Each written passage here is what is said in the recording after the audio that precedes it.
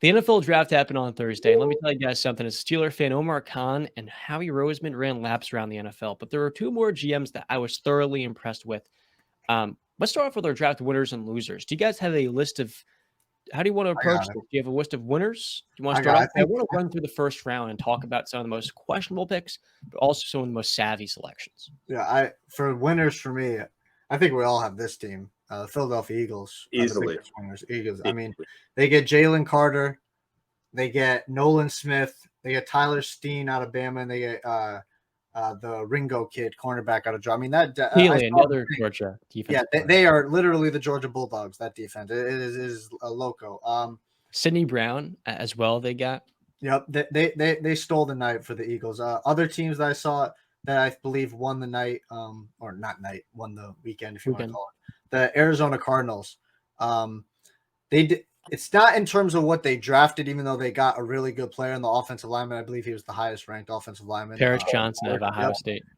It's the fact that they traded back with Houston, got a 2024 first round pick, then moved up again with the Lions and drafted the guy they were probably going to take at 3, but drafted him at 6, and were Yep. able to keep the extra pick they got next year from Houston, 2024. That's a major They win. took BJ Ojulari. He's Aziz's brother on the Giants. He was probably a first round prospect, at least late first round. He's an edge rusher. In the third round, they went cornerback Garrett Williams out of Syracuse.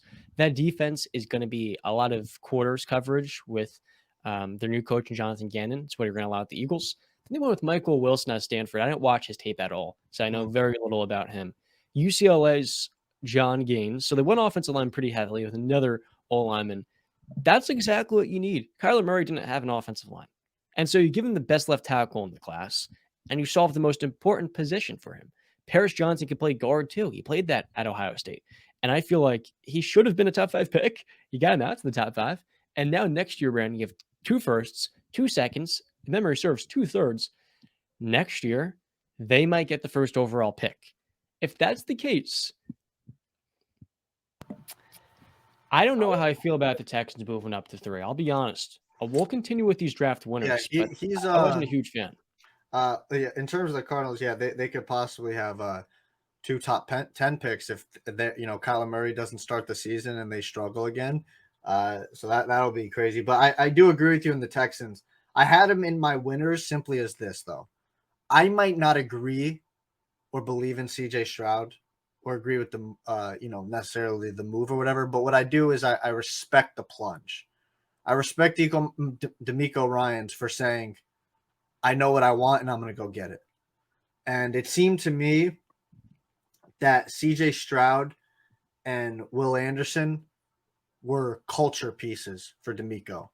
Because when they were drafted, and I heard the analysts talking about him, both guys, and when they did their post draft interviews, both guys, talked about how much of a high character, like they're very high character guys. So that to me is D'Amico is building a culture now with these young guys that he believes are high character guys, and he's getting them in there. And he plunged early. And listen, like I said, I might not agree with the picks or believe in the guys, but I respect the plunge, and he knows what he wants, and he went out and got it. I'm not against the move at all. I actually love it. I love the aggression in a team that has been, looking for something like that, making some noise and bringing some hope into their franchise. I think it was an excellent move. I think they hit a home run, and I understand that. I understand the worries around it, but them going out there and showing that, and I've said this about other sports, if you have a chance to really go out there and make some franchise changing moves, you go out there and do them, and best believe they did. I actually love the CJ Stroud pick for the Texans. I feel like he's a good fit and they have a good offensive line, but man, they're not a good football team still. I don't agree with trading your first round pick next year. I thought that was a pretty questionable move. I think D'Amico will turn this team around, but the odds of them making the playoffs are slim to none next year. And you have so many different holes. I think at linebacker, edge rusher, you got Will Anderson. That was a hell of a pick. But I feel like when you're not a good football team, making an aggressive move like that and sacrificing draft picks that'll give you more to your team moving forward, I think next year they're going to have a top 5 pick again. And even with D'Amico. And They're so not going to giving have that the up pick, to the but Cardinals. What's up? they're not going to have the pick. Exactly. They're not Yeah. going to. They will be in the top 5. Yeah, I agree with you there. I don't think they're going to be a good team. I think Justin spoke that he's higher on them than us, but I don't believe they're going to be a very good team. But one thing about the AFC South is all the teams now have their quote unquote quarterbacks of the future. Yeah. So One that's more thing. a little interesting. Yeah, go ahead. I feel like the whole reason they made that aggressive move is because Nick Caserio, their GM, might not be there next year, right? Like if Yeah. he's gone, it's like, oh, screw it. I'll trade the pick. I might not be here to worry about it as well. So I There think is in some something. ways that was him trying to save his job. There is something to because I heard this. I really hope that the Texans didn't draft CJ Stroud to keep him away from Tennessee. Like if you listen, if you don't believe in the guy, you don't believe in the guy, and you don't care if Tennessee's going to get him, right? If you believe in the guy, then you take him. I really hope it wasn't just the fact of, oh man, if we don't take him and Tennessee gets him, we're gonna have to see this guy maybe for the next decade plus terrorize us, and we don't want to regret this decision or be known as the team that regret. Like, no. Just if you believe in the guy, you believe in the guy. If you don't, you don't. I'm just saying I hope that's not the case. I don't know if it is. I just hope it's not. I believe they believed in him personally. Okay, I hope so. But yeah. we want to talk more about winners. I think the Titans did a great job. I think getting Will Levis in the second round, that's excellent value.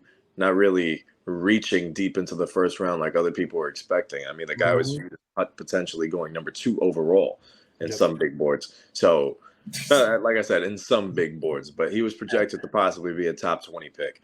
So getting him at the end in the start of the second round, I think that's a steal for Tennessee.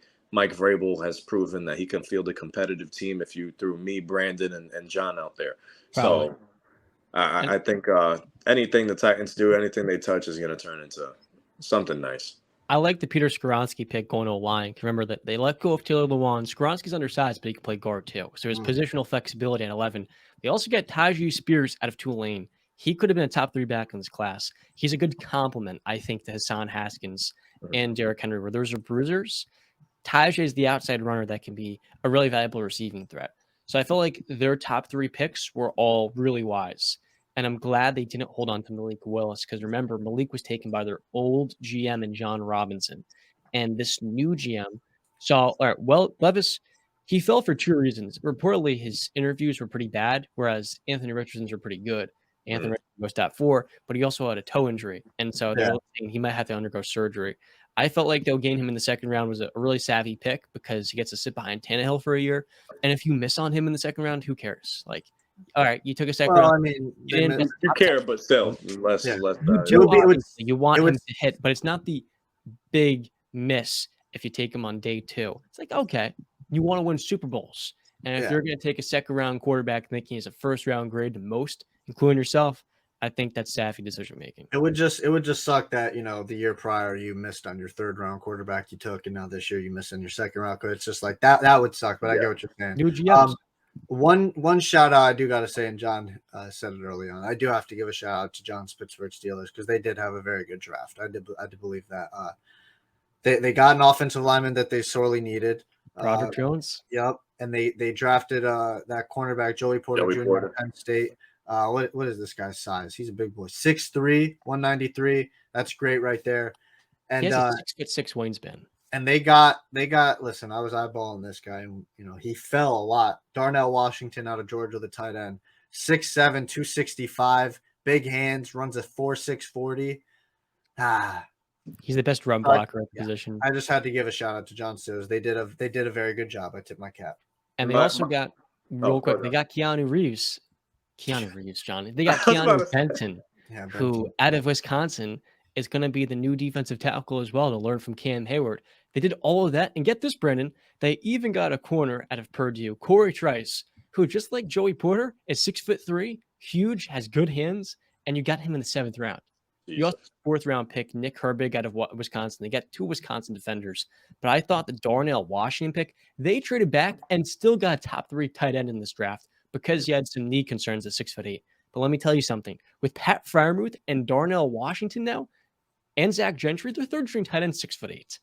They're going to have 3 towering tight ends for Kenny Pickett to throw to, and 2 grueling run blockers in George Pickens out of Georgia and Darnell out of Georgia. They block over there, and I'm so pumped up. Omar Khan hit it out of the park in this class. out the park. Yeah, no, Um, Steelers fans got a lot to look forward to. Yeah. So if you want to talk losers, though. I have one more winner. Oh, okay. And Good. their first pick to me didn't seem like a winner. It actually was a head scratcher, but the remaining picks I was fine with. But the Detroit Lions. Mm. Now, first pick, they go Jahmyr Gibbs, running back. You're thinking, why do they need this? And I'm sure DeAndre Swift watching that draft was probably like, does this team hate me? How much they're celebrating for this running back? And then it goes to show you they trade him to Philadelphia.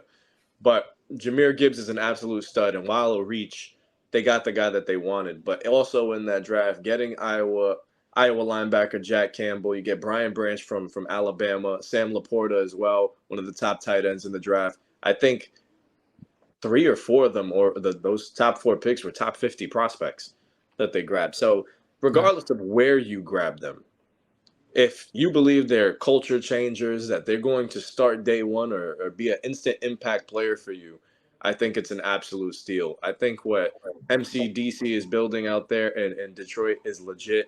And I think with this draft class, I think they'll make immediate impacts. I think they got all the needs that they wanted. Their offense was already spectacular last season. Now you pair that I think Jameson Williams is suspended for the first 6 games of the season. But all in all, I think that, I know I don't even want to touch on that, but they'll have a strong offense and they're building that defense, which is what they really need to contend. I think the Lions are going to take the next step next year. I think the Lions are a controversial pick. I have 2 more winners, and one of them is controversial. Well, John, I just wanted to speak on the Lions for Let's 1 second, because I don't think they got exactly who they wanted. I do think they wanted Devin Witherspoon, and Seattle just happened to grab him right before them, and then they traded out. I do think that because all mock drafts that I saw had Detroit taking him, and they seemed like, because they need cornerback too. But go ahead, John. The other winners. 2 of my winners were a little bit surprising that no one's talking about them enough. I thought the Colts were massive winners. I actually think the Colts were the biggest winner of this year's NFL draft. Now, admittedly, like most, I'm very high on Anthony Richardson, and you get to sit him behind Gardner Minshew, or if he's ready day one, maybe they do throw him out there. But I think for Shane Steichen, who helped develop Justin Herbert and Jalen Hurts, Anthony Richardson's a great kid by every single report, but he's humble. He wants to learn. It gives me a lot of Jalen Hurts vibes. And with the 4th overall pick, you get a 20-year-old. He's not even old enough to drink yet. That is 6'6", has some of the most insane physical tools, and has really good pocket presence for an underdeveloped quarterback. If he develops his accuracy, I think Anthony Richardson could be a top 5 quarterback. And I think he has the highest ceiling out of every quarterback in this class. Brandon shaking his head. You're in for something. But they also got Josh Downs in the 3rd round of North Carolina. I think he had a slot receiver off of Michael Pittman, and Alec Pierce was great. Plus, Chris Ballard's a big trades guy. He got Julius Brents, a 6'4" corner, 6'4" out of Kansas State, and also one of the top D tackles in the class in the 5th round as well. I can't pronounce his name too well. Out of Adarbe. He was probably a day 2 pick. They got him at pick 110. That was insane value. I thought even Will Mallory out of tight ends out of Miami was a day 2 pick. They got him in the 5th. They had themselves the best draft since 2018. And if you remember, that's the class they took Shaq Leonard and Quentin Nelson. But my other winner was your guys' New England Patriots, because they got the biggest deal in the 1st round, and that was Christian Gonzalez at pick 17. I thought the Lions were losers because they didn't take him at pick 12 or at pick 6. Gonzalez is going to be a stud in New England. He should have been he could have been a top 5 pick, because he could potentially be the best corner, the best DB in this class.